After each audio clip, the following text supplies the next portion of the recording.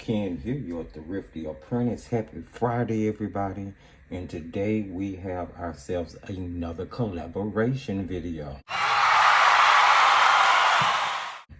That's right, I am once again collaborating with my wonderful artist friend Don from over at Made by Don, a wonderful artist from Belize. If you haven't checked her channel out, be sure to check the video description for the link. Go and check out her part of the collaboration for this video release. So she contacted me and she's like, hey, let's do something else. I'm like, all for it, because I love working with Dawn. She came up with a prompt crystal, and we set out to do a collaboration video using Gansei watercolors and Boku Undo watercolors, since they both are Japanese style paints. Very similar type pens. As you can see here, I actually love my Gansei for crafting, card making, journaling. And the Boku Undo, this is their 6 set of shadow colors. So they have black mixed into each one of them. They have a beautiful granulation and texture to them when they paint out, and they mix so well with the Gansei watercolors. So I thought that this was a wonderful idea and collaboration to work the prompt crystal out with. I am going to actually be painting this on the Artwell watercolor paper pad. This is their 9x12 100% cotton acid free 140-pound cold pressed watercolor paper. Now I did receive this from Artwell in a package that they sent me along with some paints. I have reviewed this, so you can check the video description for that 24 half pan watercolor review that has me talking about this particular paper in it. And what we are going to be painting today is going to be this piece for crystal. I had so much fun painting this. So what we're going to do now, we're not going to waste any more time. We're going to jump into painting this crystal on 100% watercolor paper using the Gansei and the Boku Undo watercolors. Let's jump into it. So to start our prompt off here, we're actually going to be drawing on camera, and I am drawing this crystal cluster directly onto my watercolor paper, which is something I do not normally do, but I wanted to give it a try. I've heard that it's really freeing and fun, so I said, hey, let's do it and see. And for the most part, it was. You have to be a little bit more sure of yourself when you're doing this. I'm used to transferring my drawing after drawing it out on sketch paper, getting my lines right, then transferring into the journal or whatever watercolor paper I'm working on. Nonetheless, I wet the background here, and the crystal cluster, should I say, and now I am dropping in watery washes of the paint in rainbow order. And I'm going to get all of the white covered in that watery wash and then kind of wipe off any of the bleeding paint towards the bottom. I'm going to jump in and add some burnt sienna or whatever brown you have, and then a gray tone, whether it be Payne's Gray or a mixture of burnt sienna and ultramarine blue. Then I dropped some salt in that for texture. Gave it time to dry, and then brushed that salt away. Now what I'm doing is going in and adding a secondary color, mid-tone to the painting, and I'm using the paint directly from the palette. Now I really like the Gansei paints. You guys have heard me say that over and over the years. They come in handy in so many different scenarios. Here, and it's really because they can be used sort of like that hybrid. That's what I like about them. They're like a hybrid. It's like a mixture of being able to use a watercolor or getting it more inky or even getting it more gouache. So I really like paints that are sort of along this line, and so are those Boku Undo. And I'm going to be using the Boku Undo to add in the shadows that are going to be going into the crystal. Now those Boku Undus are your regular pigment mixed with black pigments in each of those paints, and they have a granulating texture to them, so they add really pretty detail and texture to paintings. So I was really excited about using those. Now, somewhere in there, I'm not sure how I lost footage, but the little area right up under the crystal has more saturated color in it, and I simply just dropped in another wash of color just to get that more saturated.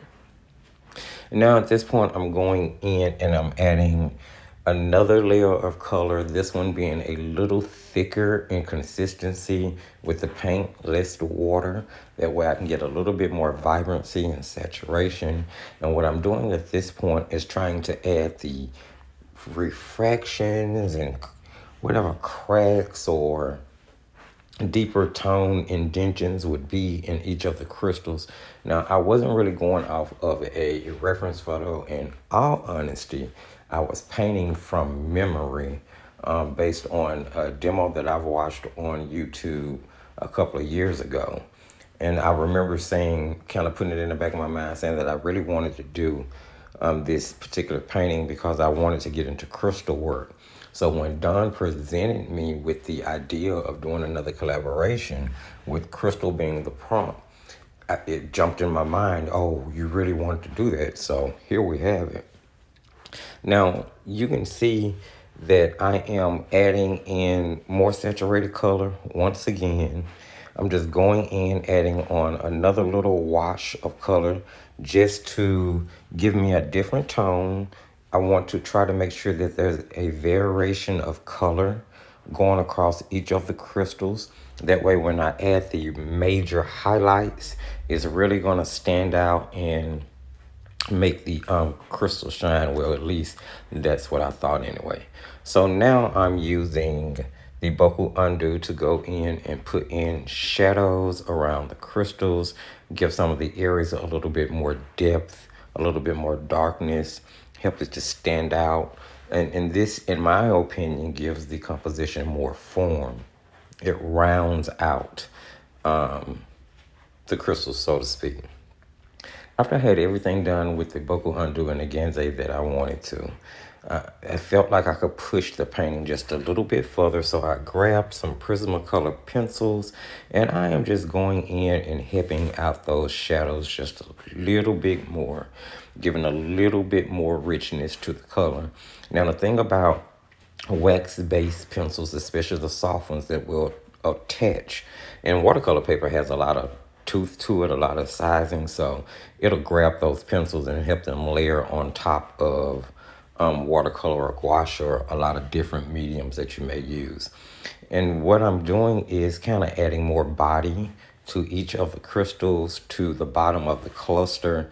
And once I was satisfied with the shapes and the forms, I'm going in with my white gel pen. Now this video, or should I say this particular part of the video, was shot before I actually did that unboxing for the art haul for Prime Day. So this is when I was really going through it with my gel pens. And what you guys can't see in the background is that I'm switching back and forth between like 2 and 3 different gel pens, just trying to get them to work consistently for me. They were giving me so much trouble. What I've come to discover about a white gel pen is when you open one, just go ahead and use that one until it's used up or till it's no more, and then open another one. I think that kind of extends the life. Now what I'm doing here is going in and adding the highlights to the little crystal clusters that would be around the bottom of the main crystals. I wanted them to stand out for you to know that, you know, all of that would be part of that cluster would be gems. Now I'm adding more saturated color to the very bottom where we added the textures with the salt, and then afterwards I'm going to go in and give that some more highlighting. I signed the painting at this point, and now I'm just adding a little bit more saturated color. Yeah, some more shadows here and there. I just kind of fiddled around with it until I was happy. See you on the other side, guys. There you have it. We got through painting that crystal. It was so much fun. This is my first one, but I'm definitely going to be doing more of these. I really enjoy these collaboration videos that Don and I do, where we come up with this word and just kind of go crazy with creativity surrounding that prompt. Guys, don't forget also you can check out Thrifty Pastel Month, which is a month-long review with weekly prompts that is running on my channel and on my Instagram platform, hosted on the Instagram platform. So if you're interested for something to do in November, you want to kind of play around with pastels, if you're new to it, want to get your feet wet, or if you're experienced and want to just showcase yourself, please check out the Instagram link and participate in Thrifty Pastel Month. I will be doing it annually. Thank you guys so much for joining me here today. I really appreciate it. I'm so glad I'm done. I got to do another video hop collaboration. Guys, go check out her video. The link is in the description for the prompt crystal on this release day.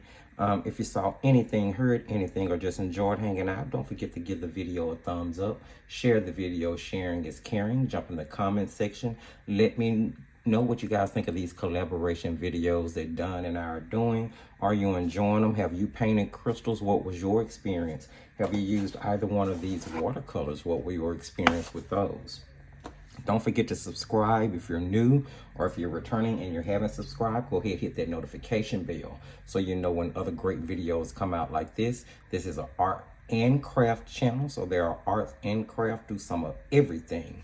Videos released on a regular basis. You can check out the video description for all of the relevant links. And remember, as I tell you at the end of every single video, my friends, just keep painting and crafting.